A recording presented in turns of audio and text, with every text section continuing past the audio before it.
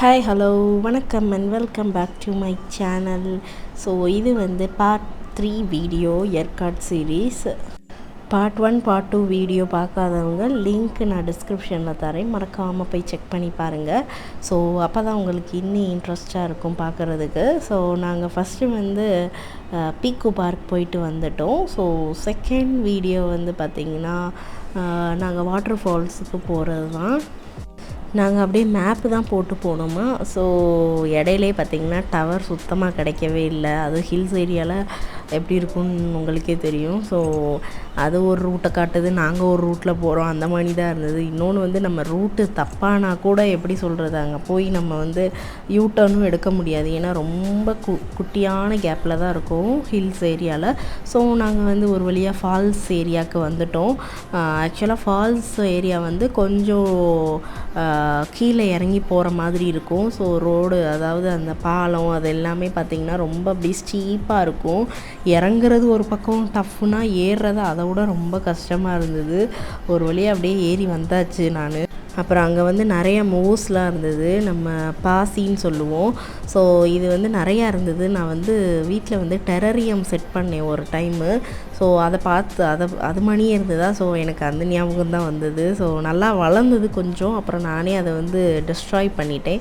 அப்புறம் பார்த்திங்கன்னா நம்ம ஃபால்ஸ் ஏரியாவுக்கு வந்துட்டோம். ஆனால் ஓவர் க்ரௌடாக தான் இருந்தது. ஆனால் கொஞ்சம் கேர்ஃபுல்லாக தான் ஸ்டெப்ஸை வந்து மைண்ட் பண்ணி வாக் பண்ணணும். ஏன்னா ஃபால்ஸ் ஏரியான்றனால ரொம்ப ஸ்லிப் ஆகிற மாதிரியான இதெல்லாம் இருந்ததா.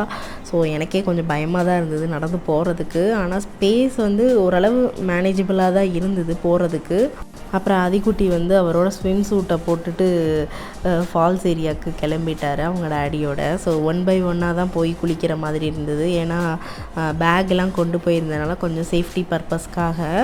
அப்புறம் அதிகுட்டியுமே நல்லா ஜாலியாக என்ஜாய் பண்ணிக்கிட்டு இருந்தான். அப்புறம் கொஞ்சம் நேரத்துலேயே அவனுக்கு வந்து ஷிவரிங் ஆயிடுச்சு, குளிர்ற மாதிரி ஆயிடுச்சு. அதுவும் சில்லுன்னு இருந்தது இல்லையா. ஸோ அப்படியே அழுக ஆரம்பிச்சிட்டான். இதுதான் அந்த வியூ, நம்மளோட அந்த ஃபால்ஸோட வியூவு. நல்லா ஜாலியாக இருந்தது. அதுவும் பெருசாக வந்து குளிக்கிற இடத்துல வந்து கூட்டம் இல்லை. ஆனால் அங்கங்கே நின்று செல்ஃபி அந்த மாதிரி தான் எடுத்துக்கிட்டு இருந்தாங்க. ஸோ நானும் நல்லா என்ஜாய் பண்ணேன், எல்லாருமே நல்லா என்ஜாய் பண்ணோம் 3 பேருமேவும். அப்புறம் அதிகுட்டி கொஞ்ச நேரத்தில் குளிர்னால தான் அவங்க எந்திரிச்சு போயிட்டாங்க. ஸோ நல்லா இருந்தது பார்க்கும்போது. அப்புறம் அப்படியே நாங்கள் குளிச்சுட்டு நாங்கள் காருக்கு வந்தாச்சு. அதிகுட்டி வந்து மார்னிங் பிரேக்ஃபாஸ்ட்டில் வந்து பார்த்திங்கன்னா ஜாமும் பட்டரும் இருந்ததா. ஸோ அதை வச்சுக்கிட்டே ரொம்ப நேரமாக ஜாம் டேன்ட்டே இருந்தான். ஸோ அவனும் அப்படியே வேடிக்கை பார்த்துக்கிட்டே இருந்தான். அங்கே வந்து நிறையா வந்து ப்ளே ஏரியா மாதிரி நிறையா இருந்தது. ஸோ இந்த பாருங்கள், இது இப்படி தான் இருந்தது.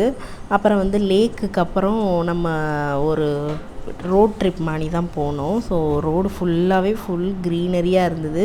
பார்க்கும்போதே அந்த வியூ செமையாக இருந்தது. ஆக்சுவலாக ஏற்காடில் வந்து பெருசாக அனிமல்ஸ் இல்லைன்ற மாதிரி தான் சொன்னாங்க. பைசன் கூட இப்போ தான் ரீசெண்டாக வருது அப்படின்னாங்க. நான் வந்து ஒரு வைல்டு அனிமல் லவரு. ஸோ அதனால் எலிஃபண்ட் இருக்கும்னு எதிர்பார்த்தேன். ஆனால் ஏற்காடில் வந்து எலிஃபண்ட் இல்லைன்ற மாதிரி சொல்லிட்டாங்க. அப்புறம் பார்த்திங்கன்னா மலை மேலே வந்து நாங்கள் போன இடத்துல வந்து ஒரு கோவில் இருந்தது.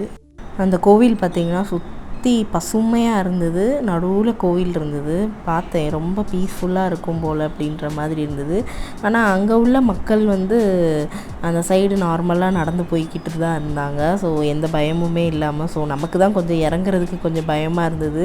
ஸோ அதிகுட்டியுமே முன்னாடி வந்துட்டான். எனக்கு அப்படியே தூக்கமாக வந்துருச்சு. ஆக்சுவலாக நம்ம வந்து இந்த மாதிரி ஹில்ஸ் ஏரியாவில் போகிறப்ப வந்து யாருமே இல்லை அப்படின்றப்போ நம்ம இறங்குறதுக்கே கொஞ்சம் பயமாக இருக்கும். ஏன்னா ஏதாவது அனிமல்ஸ் வந்துடுமோ, யாராவது ஒரு த்ரெட்னிங் வந்துடுமோ அப்படின்ற மாதிரி.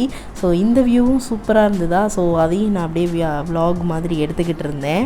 இந்த இடத்துல பார்த்திங்கன்னா சுற்றி ஒரு வேலி மாதிரி போட்டிருந்தாங்க. அது எதுக்கு போட்டிருக்காங்கன்னு தெரில. மேபி அனிமல்ஸ்க்காகவா இல்லை வேறு எதுவும் இதுக்கான்னு தெரில.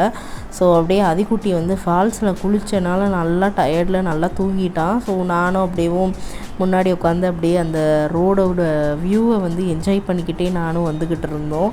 ஸோ ஆனால் செமையாக இருந்தது அந்த பக்கம். ஆனால் இதில் என்ன ஒரு ஹைலைட்னால் ரொம்ப குறுக்கலாக இருக்குது அந்த ரோடு. அந்த சைட்லேருந்து ஒரு பஸ்ஸோ ஏதாவது வந்துச்சுன்னா எப்படி போகிறதுன்ற மாதிரி தான் இருந்தது. ஏன்னா எவ்வளோ சின்ன ரோடாக இருக்குதுன்னு பாருங்கள். ஆனாலுமே வந்தது நிறையா வெஹிக்கிள்ஸ் எல்லாம். ஸோ அப்படியே நம்மலாம் கொஞ்சம் அட்ஜஸ்ட் பண்ணி அப்படியே ஓட்டுற மாதிரி இருக்கும் ஹில்ஸில். ஒரு வழியாக நாங்கள் ஏற்காடு ட்ரிப்பை வந்து சக்ஸஸ்ஃபுல்லாக முடிச்சிட்டோம். ஸோ அப்படியே நாங்கள் ஹில்ஸ்லேருந்து கீழே இறங்குறது தான். அதுவும் அந்த மேப்பில் பார்த்திங்கன்னா எப்படி இருக்குதுன்னு பாருங்கள். அந்த ரோடு எப்படி நிறையா ஹேர்பின் பெண்டெலாம் இருந்தது. ஸோ நாங்கள் வந்து போகிறப்ப பார்த்திங்கன்னா வேறு ஒரு ரூட் எடுத்து போனோம். அதனால் பெருசாக அந்த ஹேர்பின் பெண்டு வரல. இப்போ ரிட்டன் போகிறப்ப பார்த்திங்கன்னா ஏகப்பட்ட ஹேர்பின் பெண்டு இருந்தது. ஒரு 20 ஹேர்பின் பெண்டு இருக்கும்னு நினைக்கிறேன் எனக்கு தெரிஞ்சு. ஸோ அதெல்லாம் போகிறப்ப அப்படி சூப்பராக இருந்தது. அதுவும் பார்த்திங்கன்னா ஒரு ஹேர்பின் பெண்டுக்கும் ஒரு நேம் இருந்தது. ஸோ கொடைக்கானல்லையும் அந்த மாதிரி தான் இருக்கும்னு நினைக்கிறேன், எனக்கு தெரியல பெருசாக.